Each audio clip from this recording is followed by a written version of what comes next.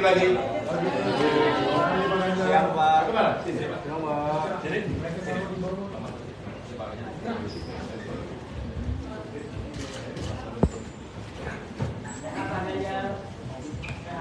Alhamdulillah sehat. Yang puasa, yang tidak puasa jangan perlu minum.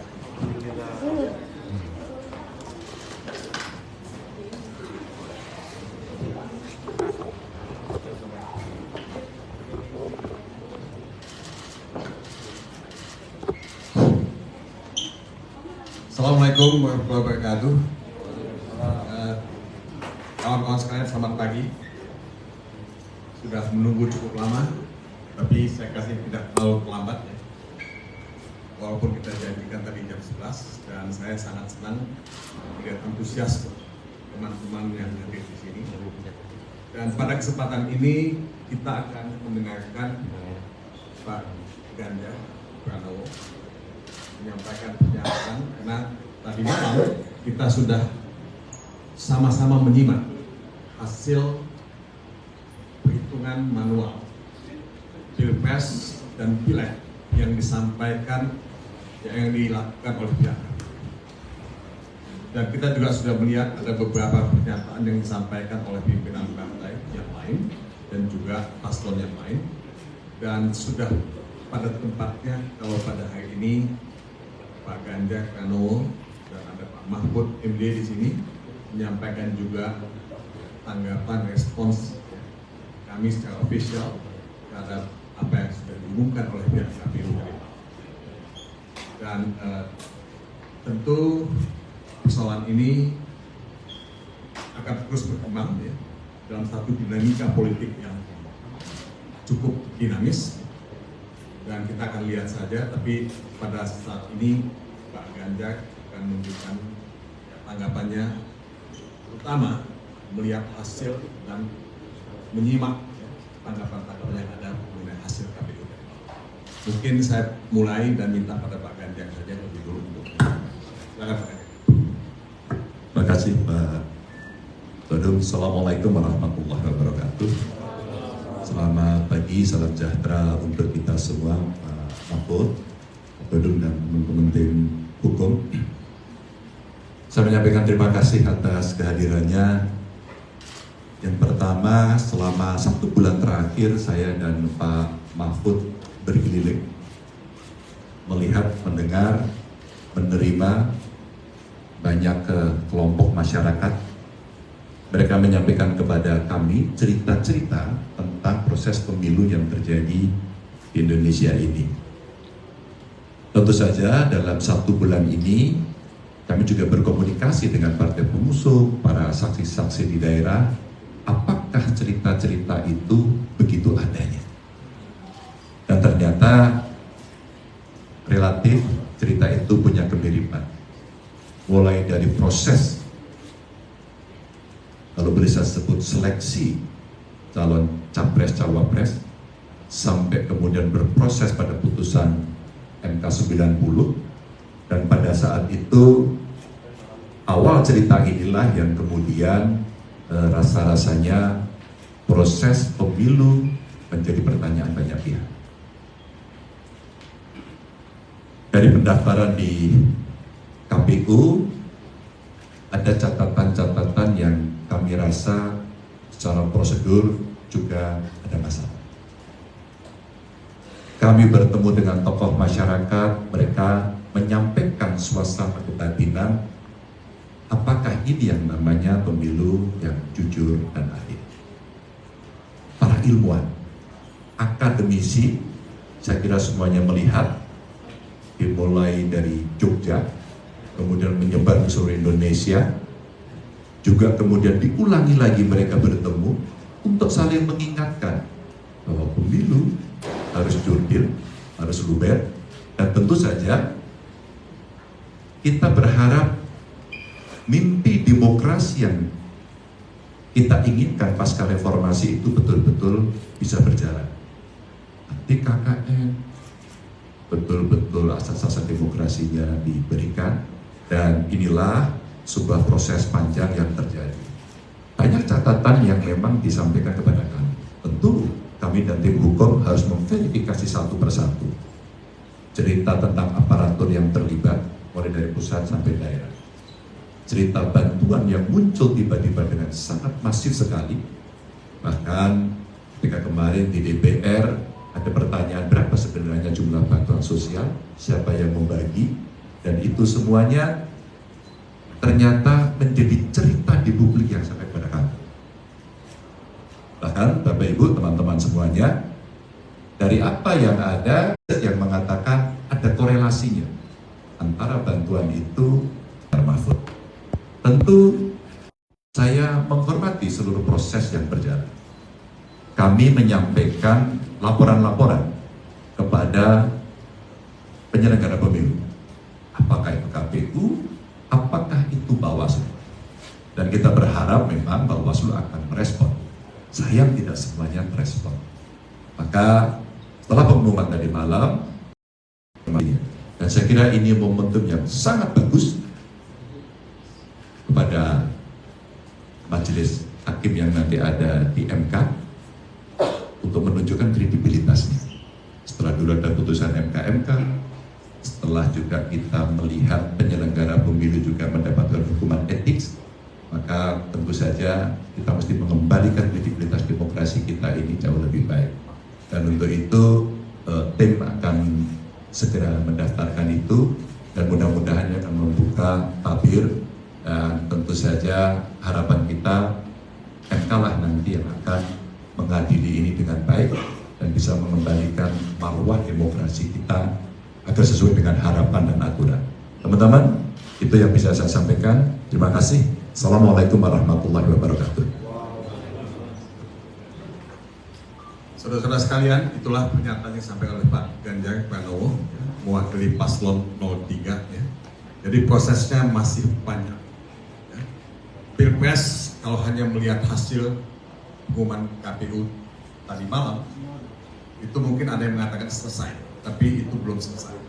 Orang banyak bilang it is over, but it is not over yet. Jadi masih ada jalan ke Mahkamah Konstitusi, dan kami dari tim hukum sudah siap, dan tadi kata oleh Pak Ganjar, mungkin besok, mungkin Sabtu akan mendaftarkan permohonan PHPU kami ke Mahkamah Konstitusi. Karena Mahkamah Konstitusi lah benteng terakhir penjaga konstitusi, dan kita memang menuntut keadilan konstitusional dalam proses. Saya tidak ingin menguraikan apapun ya dari apa yang akan kita ajukan dalam permohonan kami. Pada waktunya kami akan melakukan itu, tapi kesempatan Anda semua untuk mengajukan pertanyaan kepada Pak Ganjar, mungkin juga pada Pak Mahfud, dan kalau ada hal yang teknis mungkin kami akan bisa memberikan jawaban. Nah, silakan kalau ada yang ingin mengajukan pertanyaan, tolong menyebutkan nama dan media mana.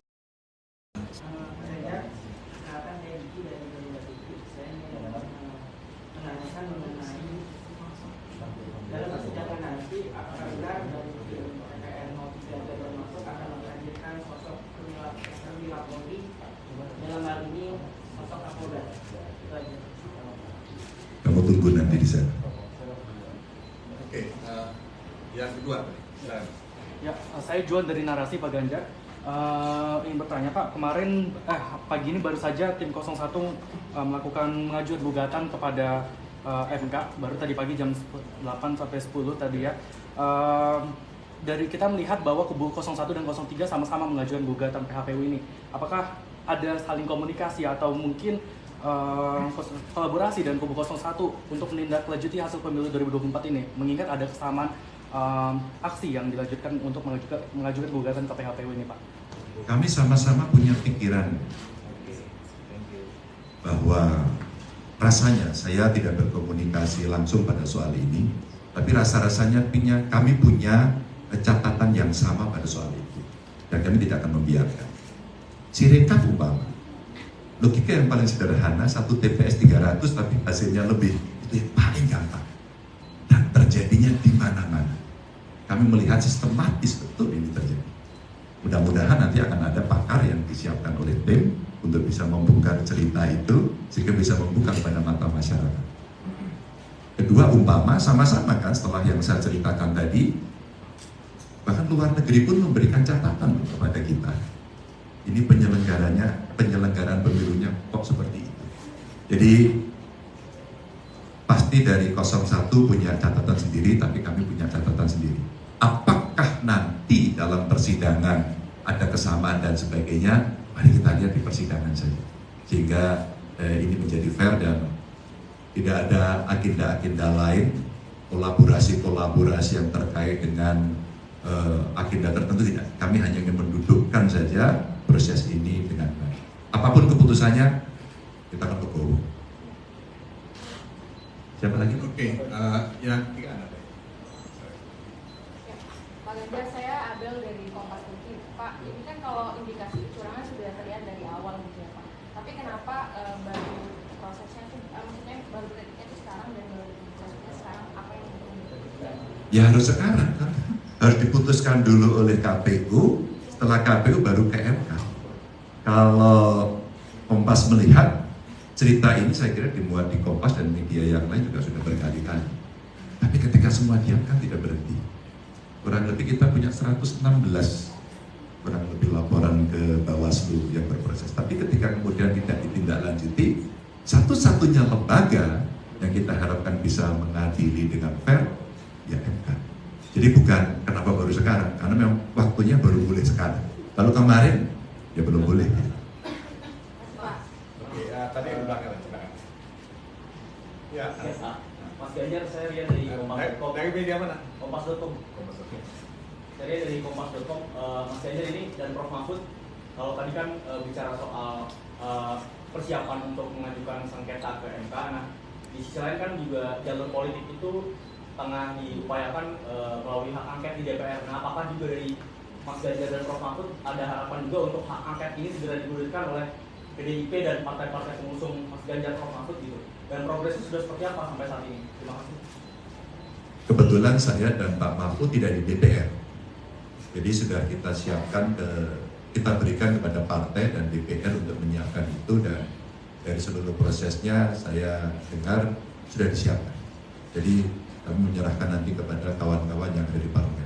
Rasanya sudah siap mereka. Tinggal proses administratifnya.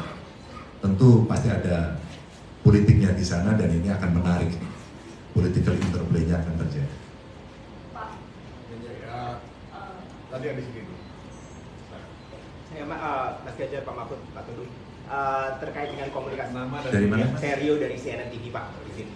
Terkait dengan komunikasi politik dengan para ketua umum partai, ini seperti apa terkait dengan kesepakatan untuk kemudian mengajukan ke Mahkamah Konstitusi dan juga salah satunya opsi tadi seperti yang ditanyakan teman Kompas.com untuk ke hak angket begitu, karena kalau kita lihat dari pihak misalkan 01 saja, ketua umumnya Nasdem ini sepertinya semalam sudah memberikan statement untuk memberikan selamat kepada pemenang pemilu dalam penetapan KPU semalam. Tapi dari Ibu Mega, Pak Mardiono dan dua partai lainnya komunikasinya seperti apa terkait dengan keputusan hari ini? Oh, kalau keputusan hari ini kami sudah mengantisipasi lama dan kami berkomunikasi cukup intens. Jadi ini cerita soal proses lama, persiapan lama yang baru bisa diomongkan hari ini. Jadi kami komunikasi cukup intens terkait dengan itu. Soal partai lain mereka punya sikap sendiri-sendiri, ya kami sangat menghormati dan itu sah adanya. Maka setelah ini pun nanti kami akan berkomunikasi lagi kepada beliau-beliau. Rasanya ya fatsun politik itu mesti kita lakukan. Ganjar. sama siang Mas Ganjar. Saya Heras dari Kumparan. Jadi mau bertanya terkait hasil kami suara kemarin dari KPU. Mas Ganjar kan mendapatkan suara sekitar 16,62% dan lumbung suara Mas Ganjar seperti NTB, Jateng, Jatim dan sekitarnya itu seperti digembosi gitu Mas. Apakah sebenarnya Mas Ganjar juga merasakan hal demikian, dan apakah daerah-daerah itu akan menjadi bagian yang akan diajukan kepada MK sebagai salah satu bukti nyata bahwa suara Mas Ganjar itu memang digembosi? Kami hanya bisa mengakses satu saja dari tampilan yang ada di KPU, dan itu yang saya katakan di depan tadi ada alat bantu kalau bahasa KPU nanti sirik. Justru itulah yang kami kemudian bertanya. Dari angka-angka yang berproses, dari sirekap yang ada, sampai pada akhirnya sistem itu dihentikan itu menjadi pertanyaan kami. Jadi kami tidak bisa lagi kembali pada cerita gembos-menggembos, tapi cerita yang ada dari hasil yang ada inilah yang akan dijadikan bukti nanti dari kawan-kawan tim Google, termasuk para ahli nanti akan menceritakan. Ya, kemarin ada ahli, ibu-ibu menjelaskan dengan sangat bagus sekali. Lalu sebelumnya juga sudah ada yang bercerita satu persatu, dulu servernya ada di mana, mulai tidak diakui, kemudian diakui gitu ya. Nah inilah bukti-bukti yang kami akan tunjukkan. Saya Fikri dari Google Pebos. Saya mau nanya tentang statement yang pernah Pak Romi bilang mengenai ada saksi-saksi yang terancam. Itu saksi-saksi terancam itu terancamnya seperti apa? Dan jika itu merupakan saksi kunci untuk nanti di MK, apakah itu nggak ada jaminan untuk saksi ini gitu Pak? Mana? Iya. Saya jawab ya. Memang kita melakukan kunjungan ke daerah untuk mendapatkan saksi-saksi fakta yang akan kita tampilkan pada sidang di MK. Dan cukup banyak sebetulnya yang mengetahui, mengalami, melihat, ya, merasakan apa yang terjadi. Tadi Pak Ganjar bicara mengenai bansos misalnya, bicara mengenai intervensi kekuasaan. Nah mereka menceritakan dengan sangat jelas apa yang mereka lihat, apa yang mereka alami, apa yang mereka saksikan. Tapi ketika kita meminta mereka untuk menjadi saksi dan dibawa ke MK, tidak semuanya bersedia untuk menjadi saksi. Sebetulnya bukan karena tidak tahu keadaannya, tapi mereka merasa tidak nyaman dan tidak aman. Ya. Nah, apakah bentuk penekanan ya, yang dilakukan terhadap mereka itu oleh pihak lokal atau pihak lain? Ya. Ini tentu ya bisa saja terjadi. Tapi yang saya mau katakan bahwa selama saksi itu tidak memiliki kebebasan untuk menyatakan sesuatu, kita sudah melakukan pelanggaran hak-hak ya, asasi dari saksi yang harusnya bersaksi. Karena itu merupakan bagian dari kewajiban dia untuk menjelaskan kebenaran yang kita cita, baik itu di Jawa Timur, baik itu di Bali maupun di Sumatera Utara. Kita melihat ya mereka tidak semuanya nyaman, tapi alhamdulillah kita bisa mendapatkan cukup banyak saksi dan nanti tergantung pada pihak MK untuk menampilkan mereka, ya, menerima mereka. Tapi kalaupun tidak semua bisa ditampilkan, kami sudah punya pernyataan tertulis, ya, affidavit dari mereka yang akan bisa kita sertakan dalam persidangan di MK. Tinggal nanti kreativitas. Saudara, soal gugatan itu sebenarnya begini. Kita ini melakukan reformasi karena ingin membangun negara ini sebagai negara demokrasi dan negara hukum. Demokrasi dan nomokrasi. Perjalanan pertama sampai belasan tahun itu bagus. Demokrasi dan hukum kita lumayan lah bagus. Paling tidak dari sudut institusionalisasi. Tetapi pemilu yang sekarang ini dinilai oleh banyak pakar, pelaku politik yang sudah senior sekali sebagai pemilu yang paling brutal, karena memang tidak ada pemilu sebelumnya yang seperti ini, di mana aparat turun, lalu pejabat tertinggi juga turun, meskipun bilang tidak kampanye, isinya pasti dirasakan kampanye, sehingga ini dianggap, apalagi ada ancaman-ancaman yang politik, gentong babi, politik kerah putih dan sebagainya dipakai semua, sehingga ini dianggap pemilu paling brutal. Oleh sebab itu kita ingin mewariskan kepada generasi yang akan datang, jangan terjadi perusakan terhadap demokrasi dan hukum. Karena kalau demokrasi dan hukum dirusak, nanti akan terjadi lagi yang akan datang itu. Kalau mau pemilu, Anda dekat dengan kekuasaan, Anda punya duit. Hanya itu, lalu orang yang biasa-biasa, yang hebat-hebat tidak bisa tampil untuk ikut ngurusin negara. Nah, oleh sebab itu, apa yang kami lakukan ke MK ini bukan mencari menang, tapi beyond election, masa depan, bukan sekedar untuk pemilu hari ini, tapi masa depan ratusan tahun yang akan datang, demokrasi kita harus sehat, dan itu harus diungkap di sebuah teater hukum yang bernama Mahkamah Konstitusi. Kami yang akan mengungkap, ya, demi masa depan, bukan kami. Kalau kami sendiri kan sudah berintegritas ya, sudah membuat fakta integritas nih. Kami akan menerima apapun hasilnya. Kalau ada ketidakpuasan terhadap sebuah proses, ada mekanisme hukum. Ini yang kami pakai sampai titik akhir, agar rakyat dan bangsa Indonesia di masa depan, generasi muda seperti saudara ini ikut menjaga Indonesia harus dibangun sebagai negara demokrasi yang benar, berkeadaban dan berkeadilan, juga berhukum kan. Itu saja. Terima kasih. Ada satu atau dua pertanyaan lagi, setelah itu kita tutup ya. Tadi yang di tengah dulu. Siapa lagi? Saya. Oke, kalau ada. Ya, selamat siang, Pak Ganjar, Prof. Mahfud. Saya Yusuf dari Metro TV, Pak, minta tanggapan mengenai Wagub Hamzah yang dilaporkan ke MKMK soal putusan 92 di tengah persiapan menuju sengketa PHPU ini, Pak Ganjar, Prof. Mahfud. Dan yang kedua, di tengah ini masih berlangsung apakah PHPU nanti Mas Gibran sudah bicara soal Mahfud 1 dan 3. Apakah tanggapan? Kalau siapa melaporkan apa, biarkan itu berproses sendiri begitu ya. Kalau soal rangkul-rangkulan, kita ini berteman semuanya. Toh para kandidat ini anak-anak bangsa gitu ya. Kalau ibarat sebuah pertandingan itu ada saat mulai, ada saat akhir. Tentu apapun nanti keputusan sebagai sebuah upaya tertinggi yang bisa kita lakukan dan kita putus, mari kita berpikir soal bangsa dan negara ini. Mari kita berpikir nasib rakyat. Mari kita berpikir bahwa ekonomi ke depan menghadapi tantangan yang berat.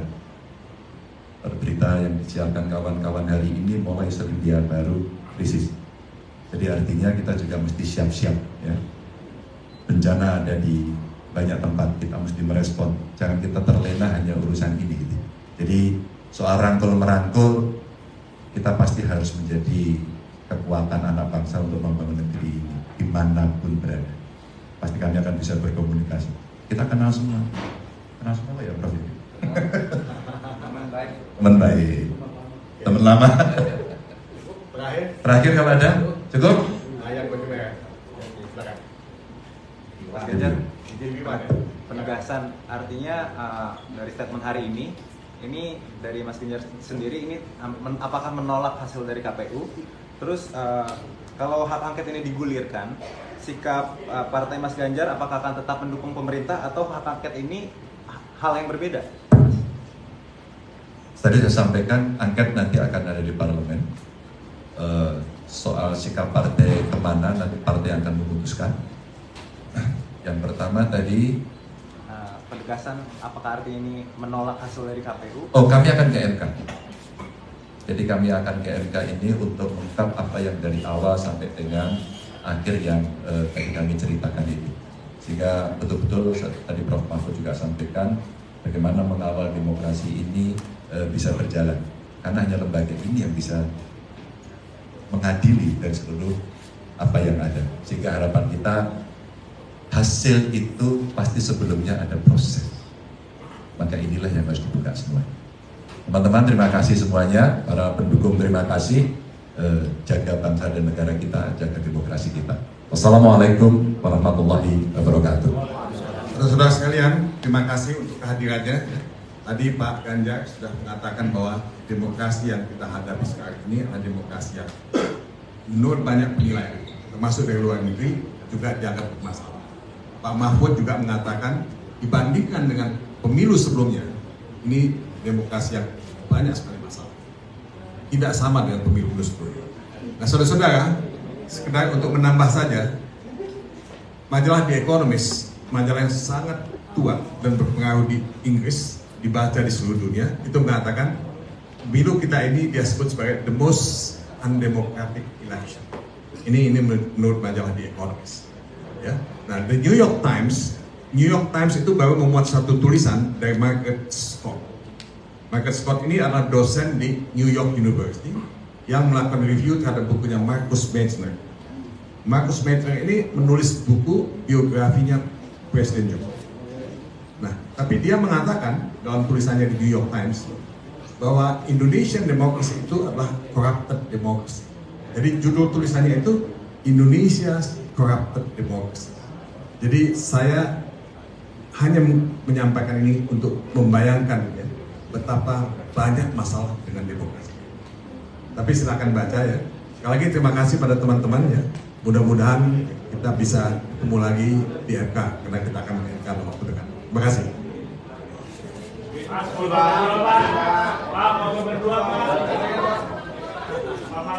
Oke. Berempat aja kenapa? Ayo. Oh, ya.